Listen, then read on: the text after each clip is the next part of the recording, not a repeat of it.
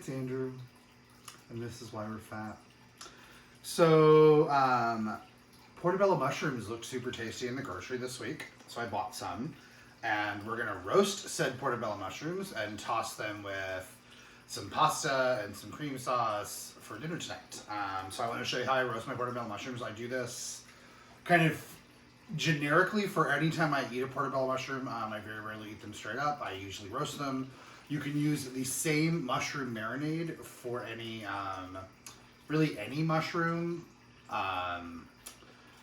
So yeah, so this is what you can do. But for portobello specifically, they have these really heavy gills up on the inside. You want to take those out. So you're going to put your spoon like this, and you're going to pop the stem off because that's really woody and you don't want that. Then take your spoon and just kind of scrape out the gills. I mean, you don't have to do this, but they end up being super rubbery and weird texturally, so I scrape them out. Kind of scrape them out. Get them all in the dish. People are going to have a stroke, but I do rinse my mushrooms because if I get a bit of grit in my meal, things are not okay. Put them on a tray, and then we're going to make our marinade. So, little dish. Whoop, forgot a spoon. I'm back. All right, dish. 1.5 tablespoons of balsamic vinegar, 1 tablespoon soy sauce, 2 tablespoons olive oil, and 1.5 teaspoons of Worcestershire sauce. So lots of dark, kind of robust flavors that will complement the mushrooms super well.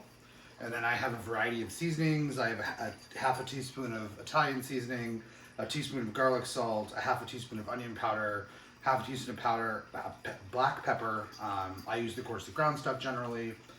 A teaspoon of kosher salt and a half a teaspoon of chili flakes. If you don't like spicy things, you can leave the spicy things out.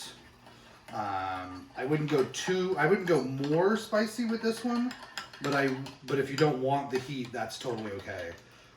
If you're not a fan of black pepper, you can substitute white pepper for this one, though I think the mushrooms need the black pepper, the intensity. So you're gonna make your marinade.